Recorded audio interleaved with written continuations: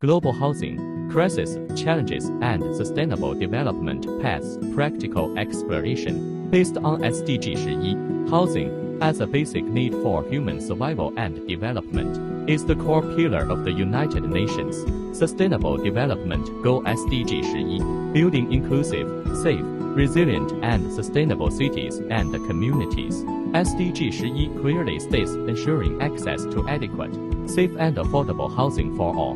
But the global housing crisis is still shocking. According to statistics, about 2.8 billion people in the world are currently facing housing shortages, of which 318 million are homeless. Even in economically developed regions, soaring housing prices and imbalances between supply and demand have caused the housing crisis to continue to ferment, becoming a key bottleneck restricting social equity and sustainable development. The core challenges of global housing issues. The complexity of the housing crisis is reflected in the interweaving of multiple contradictions. Its deep roots are closely related to the urbanization process, policy implementation, financial system, and social structure. Shortage of affordable housing supply, double squeeze of urbanization and speculation. The global urbanization process is advancing at an unprecedented speed. It is estimated that by 2050, 68% of the population will live in cities, and housing demand will grow explosively. However, the response on the supply side is seriously lagging, especially in developing countries. New housing is mostly concentrated in the mid to high-end market, and the basic needs of low-income groups are ignored.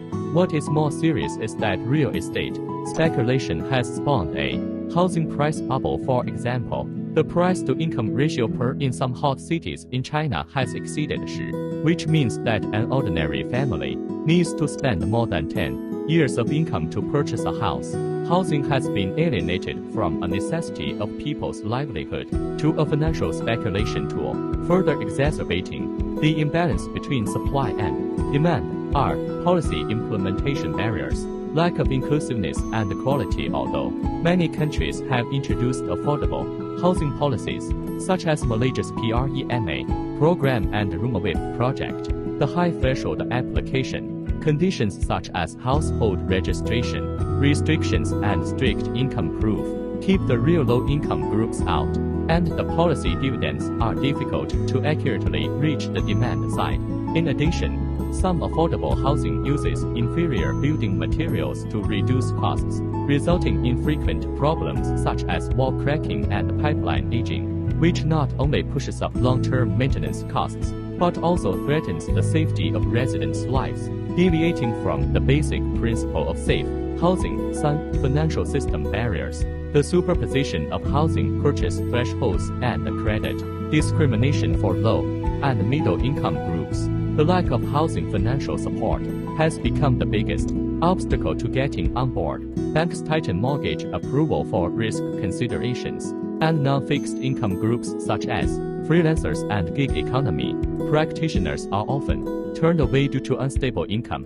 What is more serious is that the down payment amount of low-income groups such as the B40 group in Malaysia accounts for more than 50% of their annual income, which is far higher than the internationally accepted safety line of 20 to 30%. The down payment gap directly cuts off their path to accumulating wealth through self-owned housing. Intensified social inequality, the solidification of resource allocation and information gap. Housing inequality profoundly reflects the gap between urban and rural areas and classes. In rural areas, housing safety standards lag significantly behind those in cities.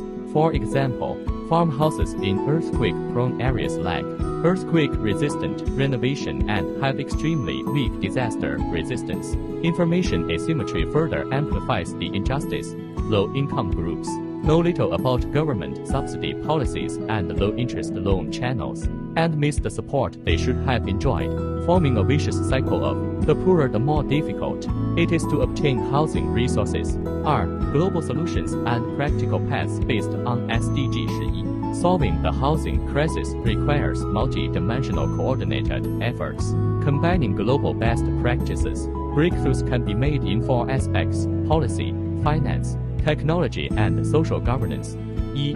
Policy optimization and public housing expansion. From insufficient supply to precise matching. Mandatory construction mechanism. Drawing on the Singapore HDB model, legislation requires developers to reserve 20% of the construction of affordable housing in new projects to ensure that the supply scale grows in sync with demand. Dynamic allocation system. Introduce big data technology to optimize subsidy accuracy.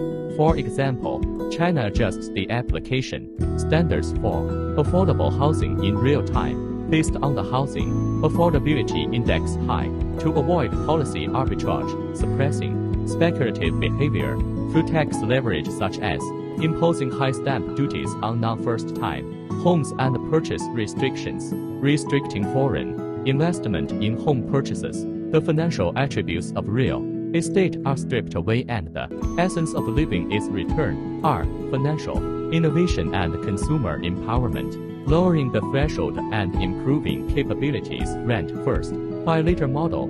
Promote the pilot experience of Aura in New Zealand, allowing tenants to convert part of the rent into a down payment for home purchase, gradually accumulate property rights, and alleviate the pressure of one-time payment. Flexible credit tools. Explore income sharing agreements to dynamically link monthly payments with income levels such as monthly payments not exceeding 30% of monthly income to reduce the repayment burden of low-income families. Improve financial literacy. Banks and communities cooperate to carry out mortgage knowledge popularization courses to help B40 and M40 groups, middle and low-income groups optimize their credit records and increase the possibility of loan approval. 3. Technological innovation and green buildings. Cost reduction and efficiency, improvement and sustainability in parallel industrialized construction system is through prefabricated components and modular construction. It can reduce construction costs by 30% and shorten construction period, which is especially suitable for large-scale, affordable housing construction. Green and low-carbon design. Promote technologies such as solar roofs and rainwater recycling systems. For example, Zhuhai's Sponge City project combines housing with ecological resilience, which not only reduces energy consumption but also improves living quality. Smart planning tools. Use building information modeling BIM to optimize land use efficiency, balance housing, public facilities, and green land within a limited space, and avoid spreading out disorderly expansion. 4. Community integration and social equity.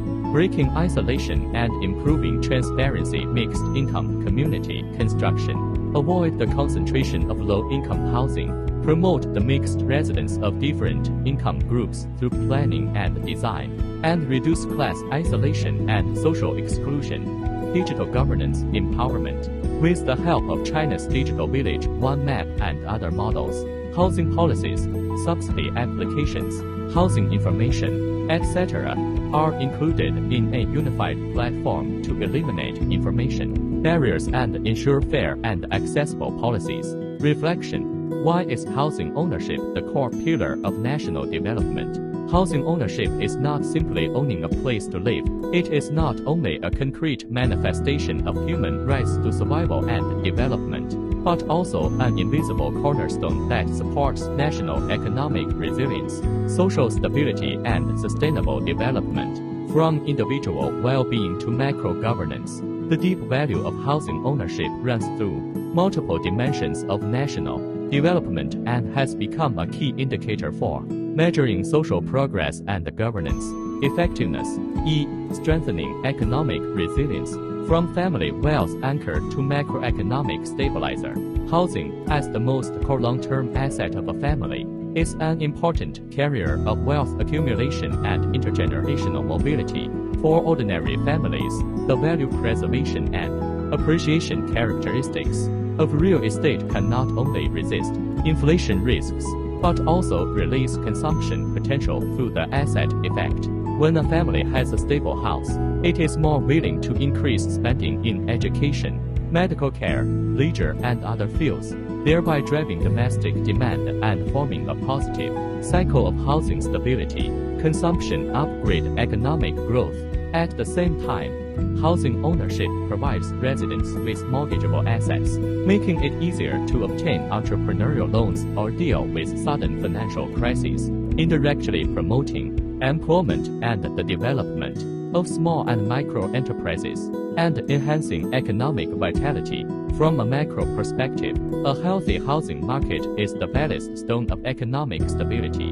A reasonable proportion of housing ownership can reduce the risk of bubbles caused by real estate speculation and avoid systemic financial crises caused by sharp fluctuations in housing prices, such as the lessons of the U.S. subprime mortgage crisis in 2008. In addition, housing construction and related industrial chains such as building materials, furniture, and decoration contribute significantly to GDP, and the wealth accumulated by residents through housing can effectively reduce intergenerational poverty transmission. Families with housing can provide a more stable growth environment and education investment for the next generation, breaking the poverty trend, and in the long run improving the quality of national human capital and injecting momentum into sustained economic growth.